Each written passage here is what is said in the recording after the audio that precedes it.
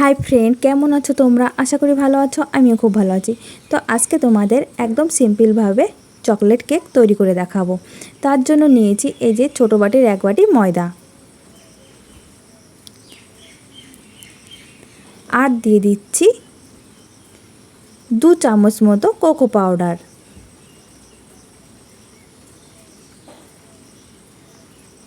দিয়ে দেব 1 চামচ baking powder আর half চামচ বেকিং সোডা,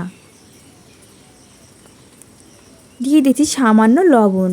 এখন আমি এই শুকনো উপকরণগুলো ভালোভাবে চেলে নেব।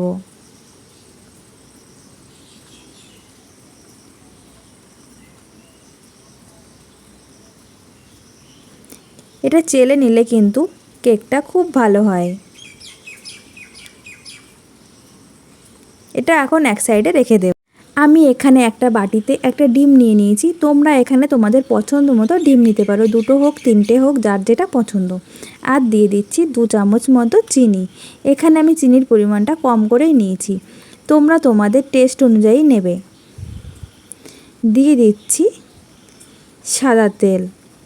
এখানে আমি 1 চামচ মতো নিয়েছি, কারণ আমি কেক তৈরি করতে গেলে তেলের ভাগটা কমই দিই।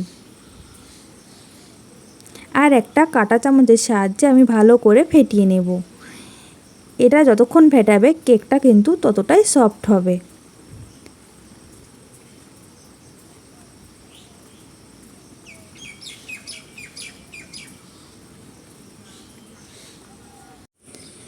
আমি ডিমটা ভালো করে ফেটিয়ে নিয়েছি। এই ডিমটা যতটা ভালো করে ফেটানো হবে কেকটা কিন্তু ততটাই সুন্দর হবে আর সফট হবে।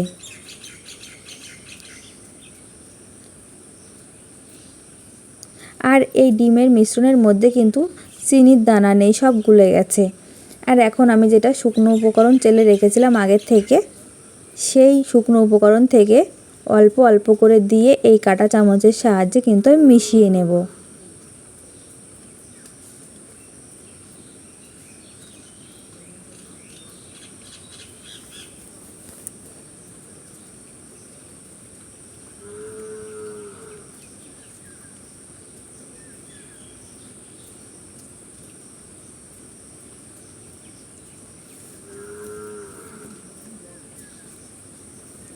আমি যেহেতু ডিম একটা নিয়েছি, তার জন্য কিন্তু একটা ডিমে তো আর পুরো ব্যাটারটা রেডি হবে না। তার জন্য আমি গরুর দুধ নেব, আগে থেকে জাল করে ঠান্ডা করে নিয়েছি। এখানে তোমরা দুধের পরিবর্তে কিন্তু জলও নিতে পারো। আর ডিমের পরিমাণটা যদি বেশি দাও তাতেও হবে।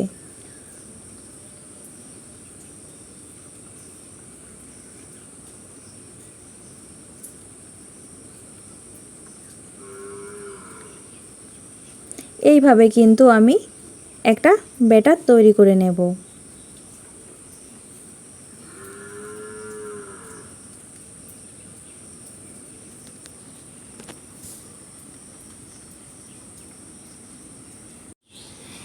কেকের ব্যাটারটা কিন্তু রেডি হয়ে গেছে। আর এখন আমি এর মধ্যে দিয়ে দিচ্ছি 1 চামচ মতো ভ্যানিলা এসেন্স। আমি এখানে ডিম দিয়েছি যাতে কোনো গন্ধ না আসে, তার জন্য আমি এটা দিলাম।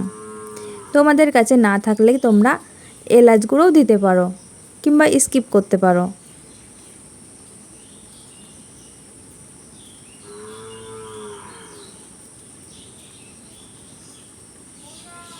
আর এদিকে আমি একটা বাটি নিয়েছি,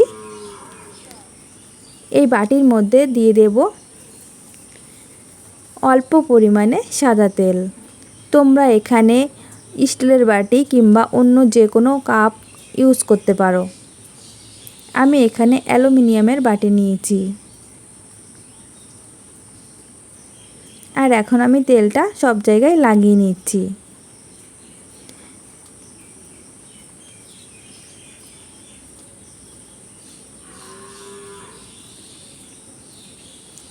দিয়ে দিচ্ছি ময়দা। এই ময়দাটা আমি সব জায়গায় লাগিয়ে নেব। তোমাদের কাছে যদি পেপার থাকে সেটাও দিতে পারো। আমি নিজেই কিছু দেব না, তার জন্য আমি ময়দা আর তেল ইউজ করছি, যাতে কেকটা নিজেই লেগে না যায়।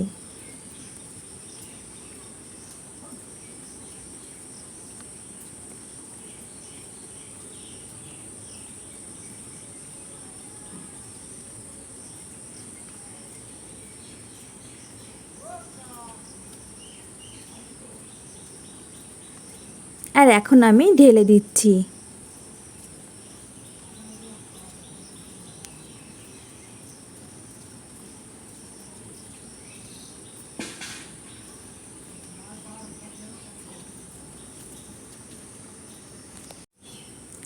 আমি ঢেলে নিয়েছি আর এখন আমি একটু ঝাঁকিয়ে নিচ্ছি। যদি ভেতরে কোনো বাতাস থাকে তাহলে কিন্তু বেরিয়ে যাবে।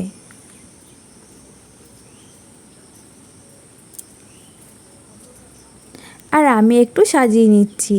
এখানে নিয়েছি চেরি ফল। তোমাদের পছন্দ মতো কোনো ফ্রুট দিয়েও তোমরা সাজাতে পারো।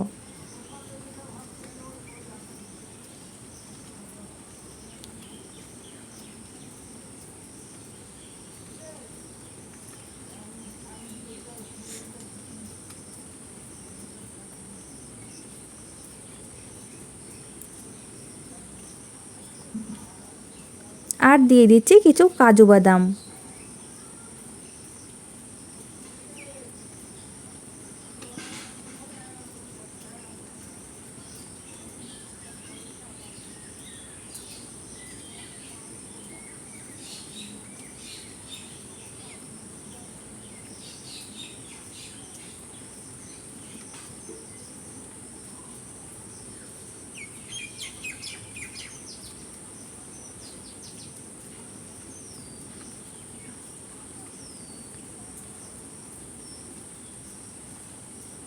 আর এদিকে আমি একটা ননস্টিকের কড়াই 10 মিনিটের মতো হিট করে নিয়েছিলাম। আর এখন আমি এই বাটিটা বসিয়ে দিচ্ছি একটা স্ট্যান্ডের ওপর। এখন কিন্তু চুলার জালটা একদম লো হিটে থাকবে। দিয়ে দিচ্ছি একটা ঢাকনি।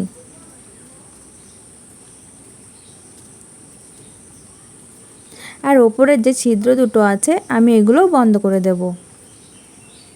আমি কাগজ দিয়ে বন্ধ করে দিচ্ছি।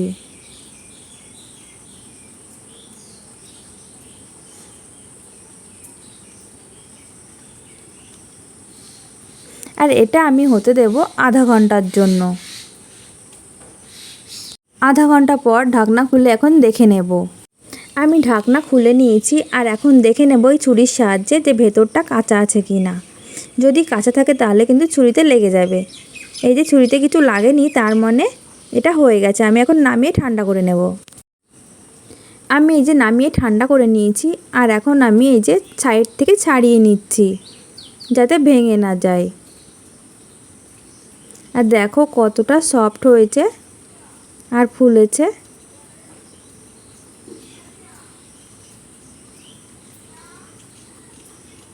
আমি চারি সাইড থেকে ছাড়িয়ে নিয়েছি আর এখন আমি একটা প্লেটে ঢেলে নেব। এই দেখো কত সুন্দরভাবে উঠে গেছে।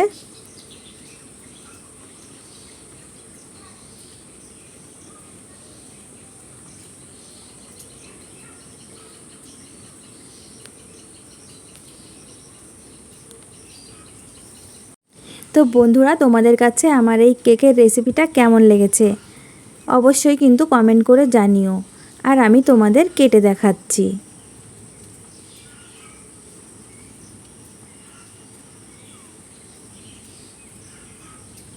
এই দেখো ভেতরটা কত সুন্দর সফট হয়েছে।